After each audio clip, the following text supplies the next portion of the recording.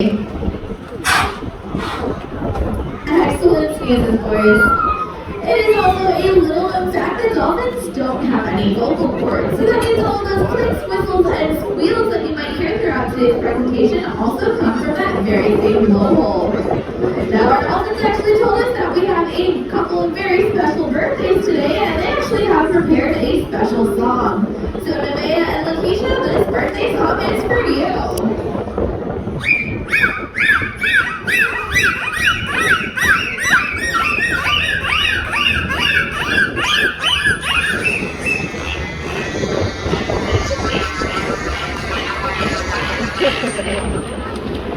Awesome job once again, Nevaeh and Lakeisha. Happy birthday from all of your friends here at the Dolphin. Now, the last characteristic that we share as mammals is that we are warm-blooded. Now, what that means is that we don't allow any outside factors to keep our body temperature consistent. The dolphin's body temperature is very similar to our own in the mid to upper 90s, and they do have an additional adaptation known as a blubber layer. This is a thin layer of fat that does surround the entirety of the dolphin's body and changes thickness with the surrounding water temperature. Now, Zeke is going to come up to give you a great look at that blubber layer, so let's go ahead and check it out.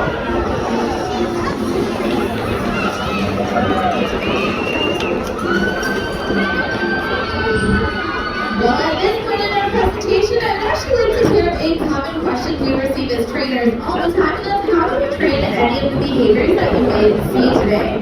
Here at the Dolpharium, we use what is known as operant conditioning, which means that our dolphins are learning through the consequences that are given. With that being said, we can start to shape a lot of simple behaviors using a behavior known as a target. This is where we can ask our dolphins to touch their bottlenose beak or rostrum to our open hand. And from there, we can use this targeting behavior to shape a lot of simplistic behaviors. For example, asking our dolphins to nod their head yes by moving that target hand up and down, moving our target hand from side to side for a head shake no way, and of course, asking our dolphins to follow our hand in order to do a pretty cute hula dance. Now today, the behavior that one of our dolphins is currently working on is what's known as a positional backwards tail walk. Now this is a behavior that Sebastian, who's over here on the far left-hand side, is going to be working on. Now you might have noticed that we have asked this tail walk behavior quite a bit throughout our presentation. That's when they're going to come about halfway or 2/3 out of the water and essentially walk across the surface of the water using all of the muscles between their belly button and their tail. Now Sebastian here has mastered that behavior starting here at the docks, but what we're working on is shaping the different topography or different location of that behavior. So you're going to notice that Colton is going to use Sebastian that hand side to do that behavior across the habitat, and he's coming up on the right hand side of the habitat. Now the end goal of this behavior is that he's going to pop up right where he did and actually go across the length of that habitat. But with that being said, we're looking for a couple different things. For example, we're looking for him to go completely straight and parallel to the dock here, as well as do that full length of the pool.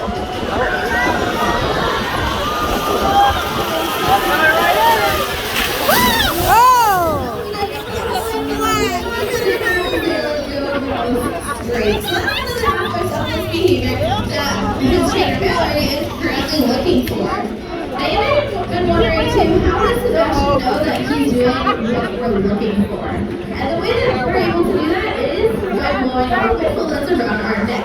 It's called the bridge, and it's basically a holdover that allows our dolphins to know that's exactly what we're looking for. And from there you should head back on to your trainer to get a subset of our reward. Now, once again, this time he did start going a little bit straighter, so Valerie blew her whistle, and that let Sebastian know to head back on over to Colton to get some big handful of fish, to get some time with their favorite toy, or even to potentially get some back rubs. Now, obviously, he's doing a great job of learning this behavior, but it's not quite complete yet. So feel free to check out back with us here at the Dolpharium to see just how far his learning progressed. But I do think he's doing an excellent job, so let's go ahead and give it up for him.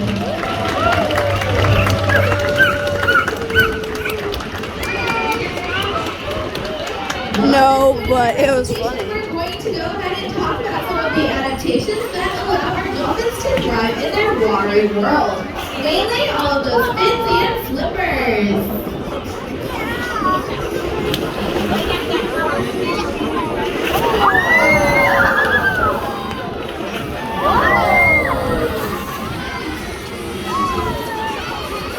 Now that was obviously a pretty quick look at all Sebastian's fins and flippers, so we're going to go ahead and take some time to break those on down for all of you. Now the first fin is our dolphin's dorsal fin. That's the fin that's located right along their back. Now this dorsal fin works very similarly to a keel on a boat, allowing our dolphins to be straight and stable as they move through the water. In terms of that dorsal fin, it is actually made up of the same dense cartilage that our nose and our ears are made up of, and it's interesting to know that every single dolphin's dorsal fin is as unique as their very own human fingerprint. So the next time you're in underwater viewing, I challenge you to see if you can tell our dolphins apart just by that dorsal fin alone. Now the next set of flippers are going to be their pectoral flippers. These are the flippers that are located right underneath their heads. Now this time I did say flippers instead of fins. That's because flippers contain both.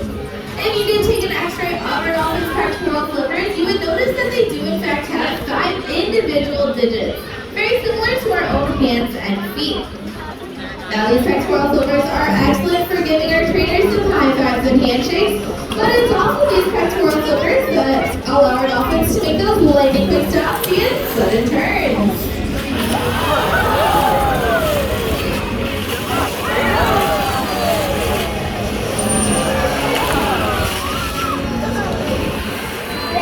And moving on down to the ends of our dolphins to their tail fins or flukes.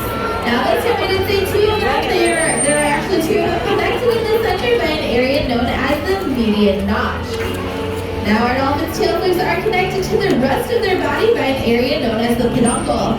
This is both the largest as well as the strongest muscle in a dolphin's body. Now the tail flukes and peduncle do work hand in hand in a common hunting strategy known as tail lobbing.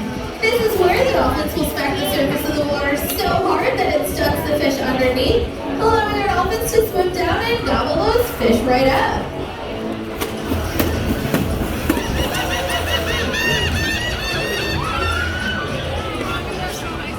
It is also with the power of that peduncle that allows dolphins to swim through the water at burst speeds of up to 25 miles per hour, as well as lift their entire bodies up and out of the water to get a better look at all of their surroundings.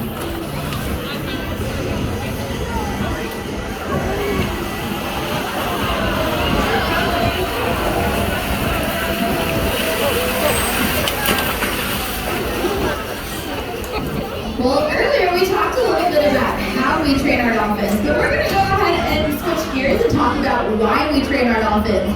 But of course I wouldn't be able to do this alone, so ladies and gentlemen, please help me welcome our dolphin star. This is Willow. Alright, Willow, so we're going to go ahead and head on over to Lorena and your dolphin patient Cosmo. So you can go ahead and kneel down on that mat there. Alright, well the first behaviors that we ask our dolphins on a daily basis is to lay out in a variety of body positions known as layouts or look-overs. This allows us to get a good overall look of our dolphin's body condition. Now you may have noticed that dolphins are very social animals, but they don't necessarily have hands like we do. So when they do interact with one another, it's oftentimes done so using their mouths. Therefore, they do sometimes get parallel lines known as break marks. These break marks are completely normal and natural. We just always want to make sure that we get a good look at them. Alright, Willow, so I think that a lot of our audience members might want to know what a dolphin feels like. Do you have any ideas as to what Cosmo feels like? That's okay. So a dolphin does feel sleek and streamlined, and that is in part due to the fact that they'll actually slough off or exfoliate a layer of their skin once every 2 hours. This allows them to just keep on going, so that way it reduces draft. Now we can also ask our dolphins to open their mouths, so we're going to be Cosmo's dolphin dentist. So Lorena's asking him to open his mouth so you can see all of his tongue, his teeth, his gums. So while you're looking at his mouth, do you have any guesses as to how many teeth that he might have in there? absolutely right. Cosmo does have a lot of teeth. He actually has anywhere between 72 and 104 cone-shaped teeth. But it is interesting to note that dolphins don't use these teeth to chew their fish. Instead, they simply use them to grasp onto those slippery fish, and from there they swallow that fish whole. Alright, so Willow, Maria's going to ask Cosmo for his tail. Now this behavior doesn't look the most impressive, but it's actually the most important behavior we can ask of our dolphins. Now the reason why this behavior is so important is because from this position we're able to take a voluntary blood sample from our dolphins. Now what we're really looking for are our dolphins to stay nice and calm as we get that blood sample. So that way we're able to take that blood sample, send it off to a lab, and we can make sure that our dolphins are as healthy on the inside as they appear to us on the outside. Alright, well it looks like Cosmo's doing a great job. What do you think? Do you think he's doing a good job staying nice and calm while you're doing your veterinary exam? Yeah, I think so too. Alright, well, I think Maria could probably tell you that one of Cosmo's most favorite things to do is eat fish. Yeah, so what do you say that we maybe give him a fish? How does that sound good? That's okay. Well, if you check it out, Maria is definitely feeding him all those big fish, and he gets a couple different types of fish. He can get some kinglet, he can get some herring, but all of those fish he really enjoys. So ladies and gentlemen, once again, we'll help me give it up for our dolphin star, Willow.